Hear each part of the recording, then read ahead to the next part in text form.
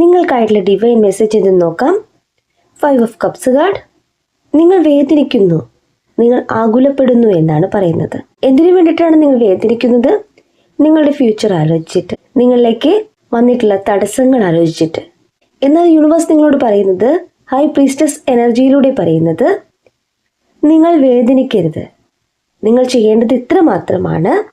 നിങ്ങൾ നിങ്ങളുടെ സ്വപ്നങ്ങളെ ഫോളോ ചെയ്യുക. നിങ്ങൾക്കൊരു വിഷൻ ഉണ്ട്, പവർഫുൾ വിഷൻ ഉണ്ട്. ആ വിഷനിലേക്ക് ശ്രദ്ധ കൊണ്ടുവരിക. നിങ്ങളുടെ മനസ്സിനെ നിങ്ങളുടെ കൺട്രോളിലേക്ക് കിട്ടുന്നില്ല എങ്കിൽ, നിങ്ങൾക്കൊരു നെഗറ്റീവ് എനർജി ഫീൽ ചെയ്യുന്നുവെങ്കിൽ, മെഡിറ്റേഷനിലൂടെ നിങ്ങൾക്ക് നിങ്ങളുടെ മനസ്സിനെ കൺട്രോളിലേക്ക് കൊണ്ടുവരിക. ഇവിടെ നിങ്ങൾ ഒരു സ്പിരിച്വൽ ആയിട്ടുള്ള എക്സ്പീരിയൻസിലൂടെ പോയിക്കൊണ്ടിരിക്കുകയാണ്. ഒരു സത്യം അന്വേഷിക്കുകയാണ്.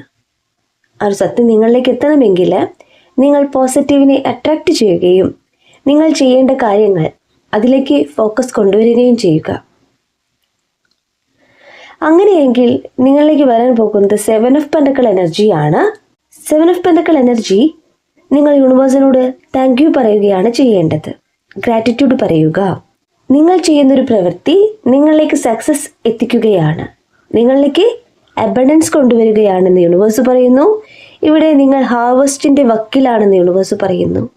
നിങ്ങളിലേക്ക് ഇപ്പോൾ സംഭവിച്ചുകൊണ്ടിരിക്കുന്ന കാര്യം നിങ്ങളുടെ ബ്രൈറ്റ് ഫ്യൂച്ചറിലേക്ക് വേണ്ടിയിട്ടുള്ള കാര്യങ്ങളാണ്.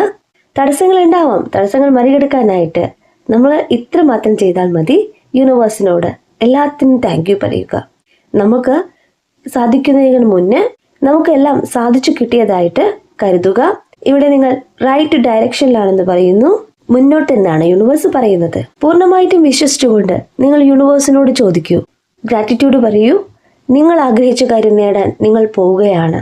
നിങ്ങളിലേക്ക് പുരോഗതി തന്നെയാണ് യൂണിവേഴ്സ് കാണിക്കുന്നത്. നിങ്ങളുടെ യൂണിവേഴ്സ് നിങ്ങളുടെ കൂടെയുണ്ട്.